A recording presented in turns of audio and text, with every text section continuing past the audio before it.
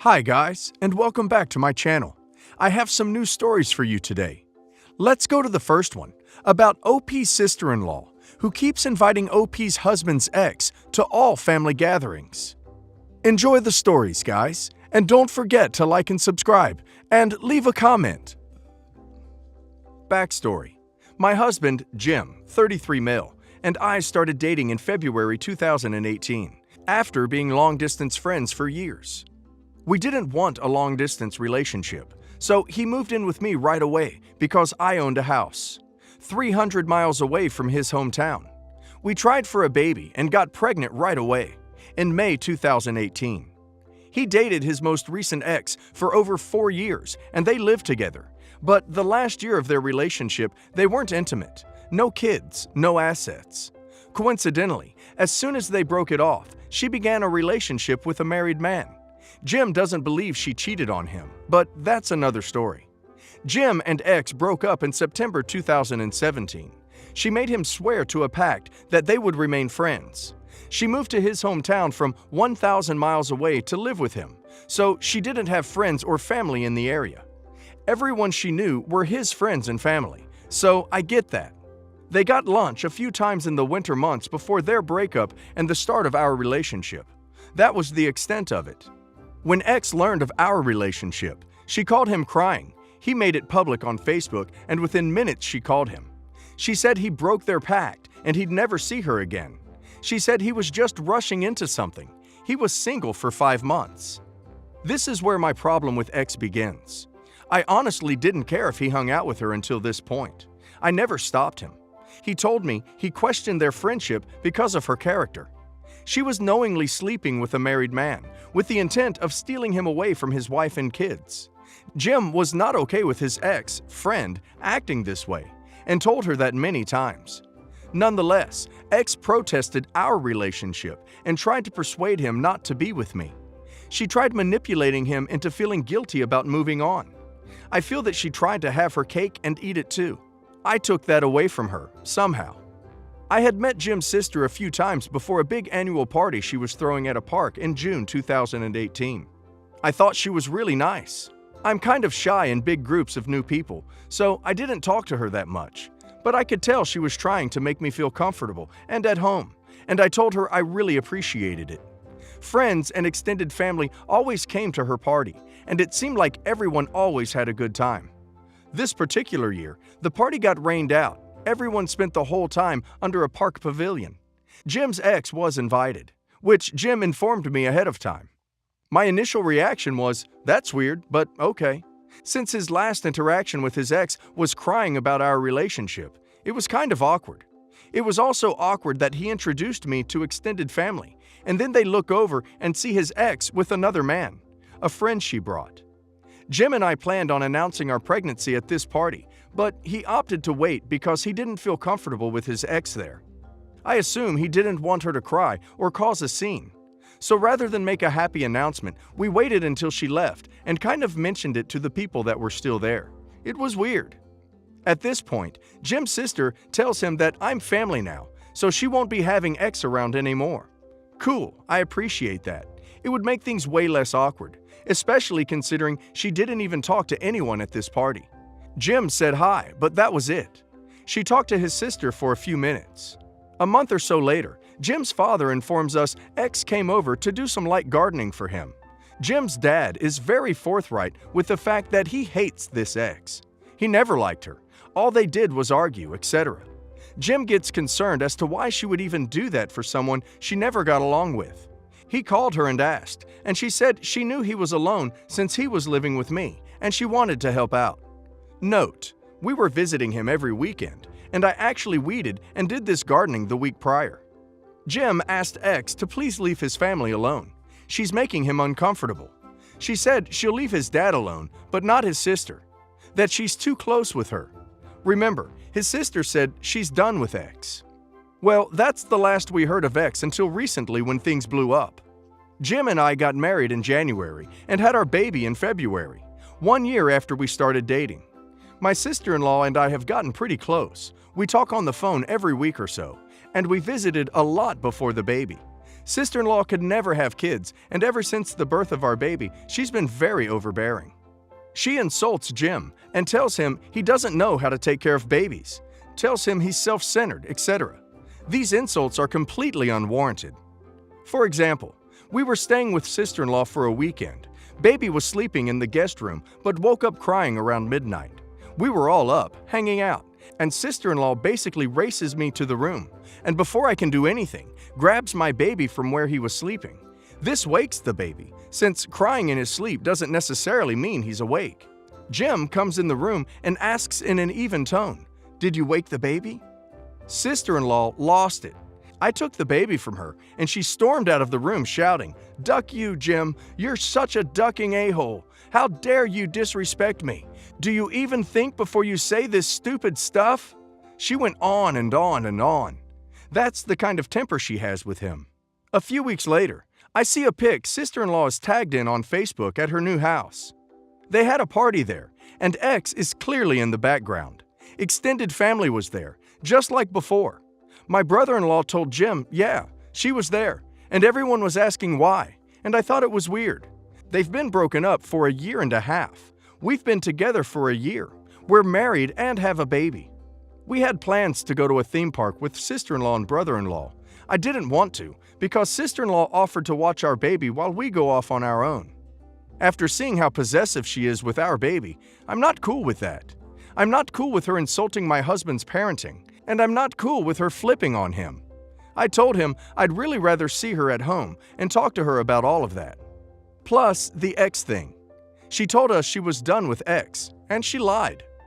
Whether or not she intended to, she lied, and I feel that her hanging out with X in family situations is undermining my relationship. I told Jim I didn't want to see sister-in-law at a theme park and ruin everyone's day, because I can't just bite my tongue. I'm a recovering people pleaser, and I feel like this is a situation where I'm still just acting like a doormat. Well, Jim took it upon himself and told his sister, "Hey, my wife feels disrespected by you hanging out with X." This was apparently the wrong thing to do, because she flipped like never before. She screamed, "Duck you!" at the top of her lungs and went off on how he disrespected her by implying she disrespected him. He said, "Can't we just talk about this?" But she just wanted to argue. She told him he's selfish and doesn't think of other people. That she can't just dump on someone who's never done her wrong. That X was in her life first, and it's not her fault that I wasn't. That she can't defend her past life to his wife, whatever that means. She said X is nuts, but she's like a daughter to her. I think that's where this is all coming from. Her brother, who she never thought would have kids, had a baby. She can't have a baby. She's losing her mind. Trust me, I understand how it feels to not be able to conceive. That's why Jim and I started right away. I tried for years with an ex and never could get pregnant. It hurt. I knew I wanted to be with Jim, and we're both in our early 30s, so we wanted to try right away since it could take years.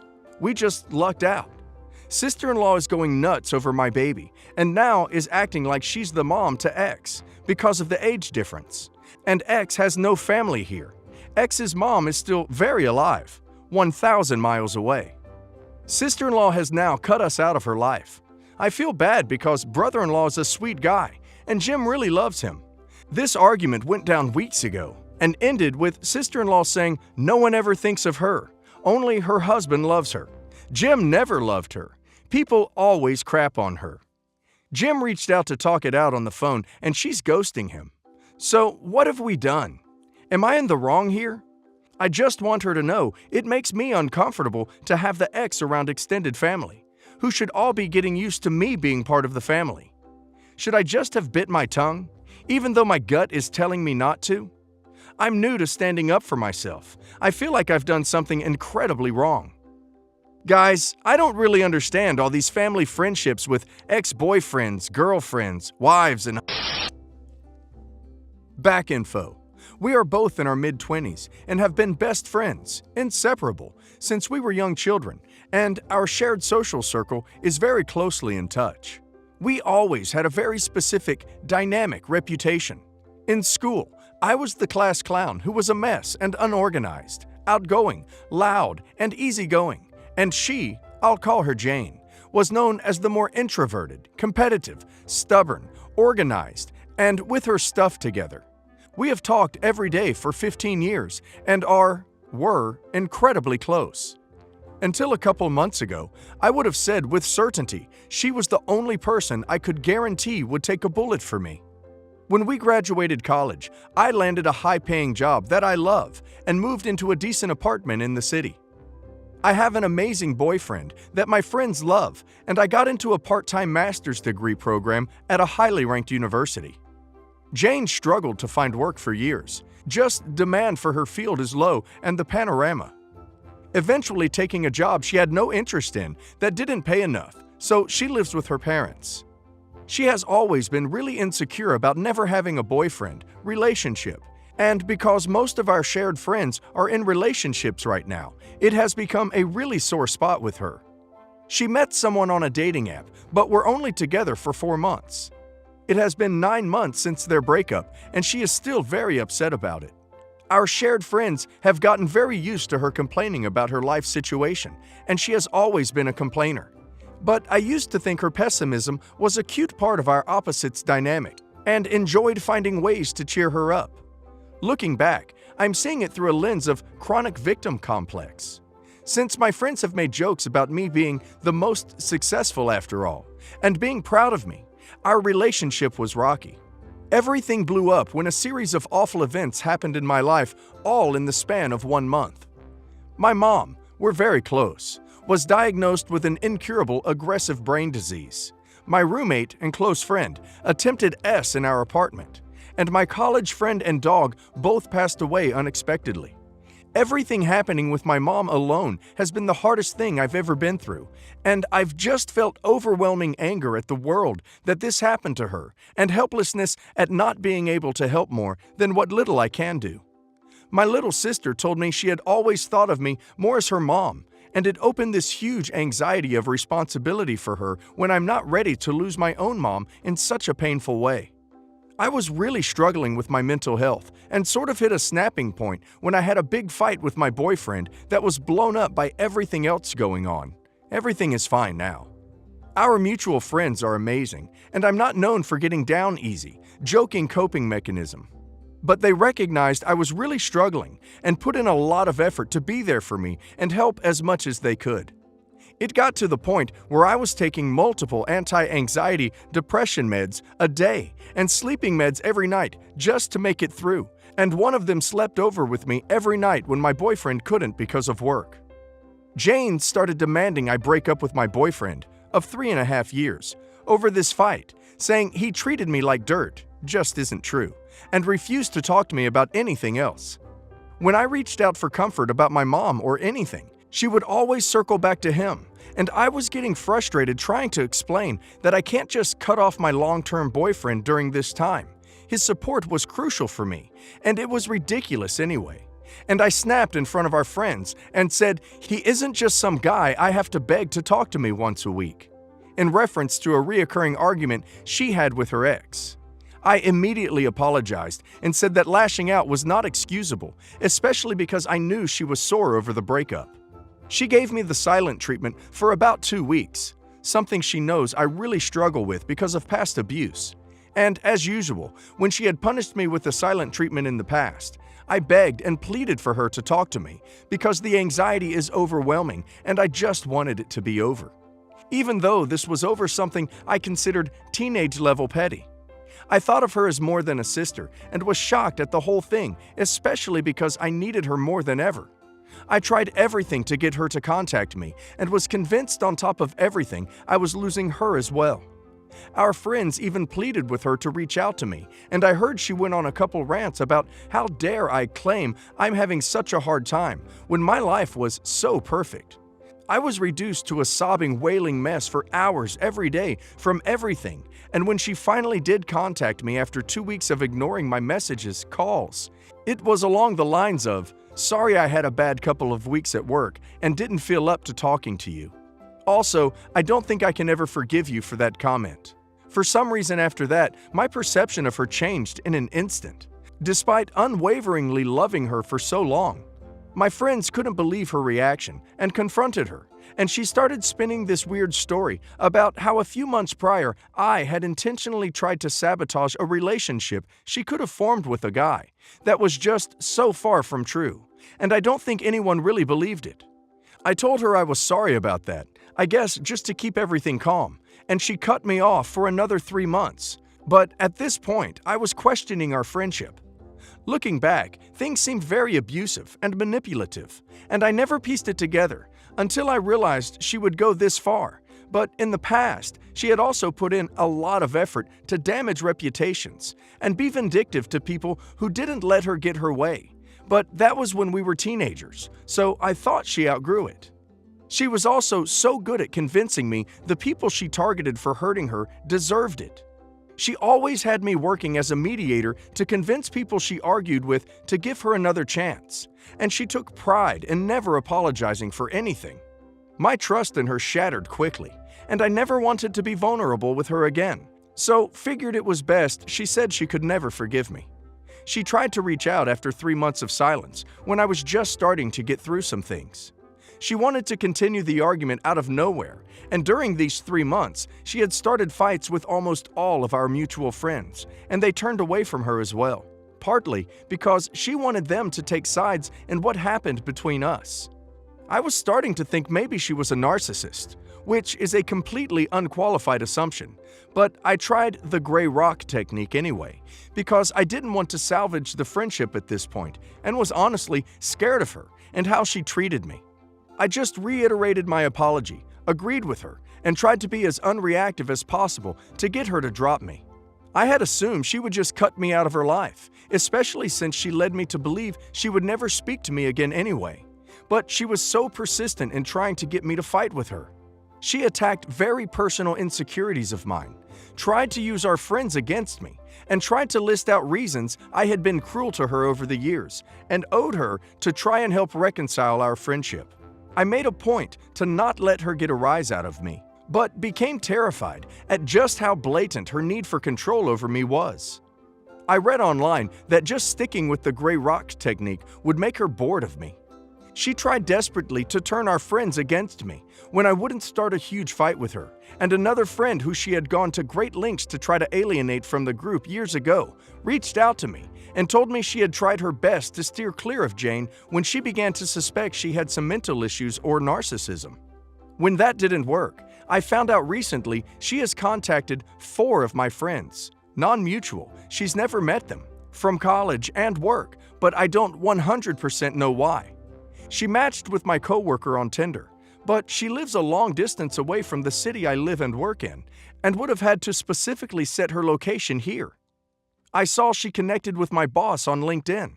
She tried to text my little sister, who frequently travels up to see me from our hometown because we're very close, to ask if she would deliver a package to me. She sent my boyfriend in pictures on Snapchat. She showed up at his apartment, God knows why, but he locked all the doors and didn't answer. At this point, she seems to be escalating, and I'm really scared. And she sends me daily text messages that just don't make much sense. Sentences aren't complete or missing random words. Her mother called me screaming at me because I'm a horrible person, and Jane hadn't come home for 3 days without notice. My friends are also completely shocked, but haven't heard from her in a while, other than the occasional group chat message saying something weirdly normal about the weather or something. I have no idea what to do. I don't even know what I'm dealing with, to be honest. I'm terrified she'll do something to my family or something, but I'm also scared to say something or do something unless that is what triggers her to act. I don't even have any solid evidence of her attempting something specific, other than all of these weird behaviors and a terrible feeling from knowing her for so long.